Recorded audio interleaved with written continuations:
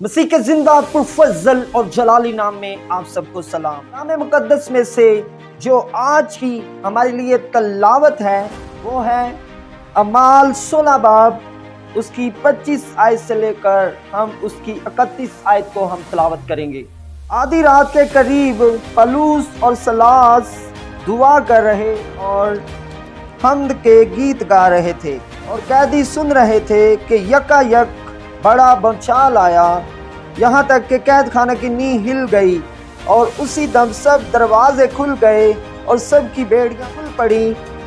दरोगा जाग उठा और कैद खाना के दरवाजे खुले देखकर समझा कि कैदी भाग गए। बस तलवार खींचकर अपने आप को मार डालना चाहा, लेकिन पलूस ने बड़ी आवाज़ से पुकार कर कहा, अपने तीर नुकसान ना पहुंचा क्योंकि हम सब मौजूद हैं। वो चिराग मंगवा कर अंदर जाकर कूदा और कांपता हुआ पलूस और सलास के आगे गिरा और इन्हें बाहर लाकर कहा, ऐ साहिबो मैं क्या करूं कि नजात पाऊं। उन्होंने कहा, खुदावंद यीशु मसीह पर ईमान ला तो तू और तेरा घराना नजात पाएगा। आमीन। गौर करते हैं तो वहां पर हमें क्या नजर आ रहा है? खुदावंद यीशु मसीह के शागिर्द हैं और वो क्या कर रहे हैं? आधी रात का टाइम है, पलूस और सलास दुआ कर रहे हैं, खुदा की हम्द कर रहे हैं, उसके हम्द के गीत गा रहे हैं और खुदा के नाम को जलाल दे रहे हैं। जब खुदा ने ये देखा कि मेरे शागिर्दों के पाँव में बेड़ियां लगी हैं और उनके पाँव काठ में ठोक दिए गए हैं कि लोगों के साथ ऐसा होता है, तो खुदा इस बात से गुस्सा होता है। मुश्किल में है, परेशानी में है, टेंशन में है और खुदा इस बात को पसंद नहीं करता। फिर खुदा अपनी कुदरत को नाज़िल करता है, जैसे उसके लोग, उसके परस्तार, उसके शागिर्द पलूस और सलास जब उसकी हम्द कर रहे हैं और जब वो हम्द के गीत गा रहे हैं और खुदा उनकी दुआ को सुन रहा है। और जब भूचाल आया तो कैद खाना की नींव हिल गई और कैदी जो थे वो डर गए और कैदियों की भेड़ियां खुल गई और कैदी आजाद हो गए। पलूस और सलास की बेड़ियां भी खुल गई और खुदा ने वहां पर बड़ा काम किया। हालेलुया। दरोगा जो था वो डर गया, वो घबराया कि मैं क्या करूं कि कैदी सब भाग गए हैं, अब मैं क्या करूंगा।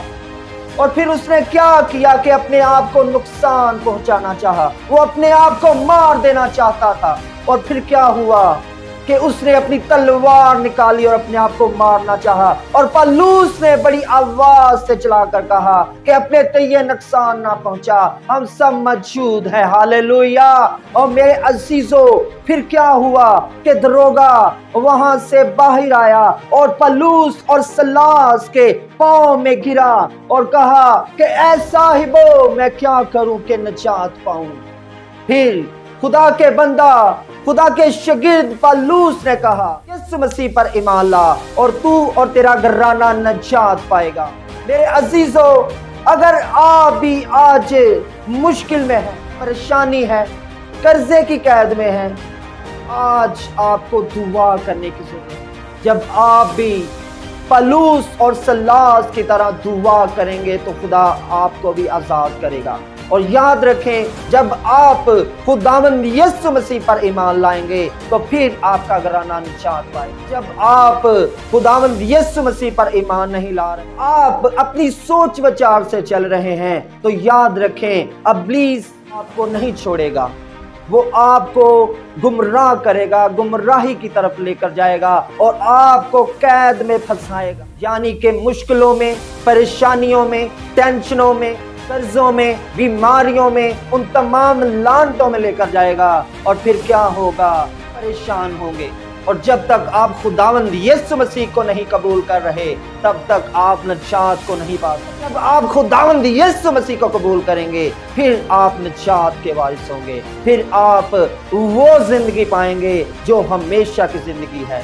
मेरे अजीजों, आज वक्त है खुदावंद यीशु मसीह को अपना निजात दहिंदा कबूल करें। میں امید کرتا ہوں کہ آج کے کلام سے آپ نے بہت برکت کو پایا ہوگا، اور ویڈیو کو شیئر کریں، لائک کریں اور ہمارا چینل جو ہے اس کو سبسکرائب کریں۔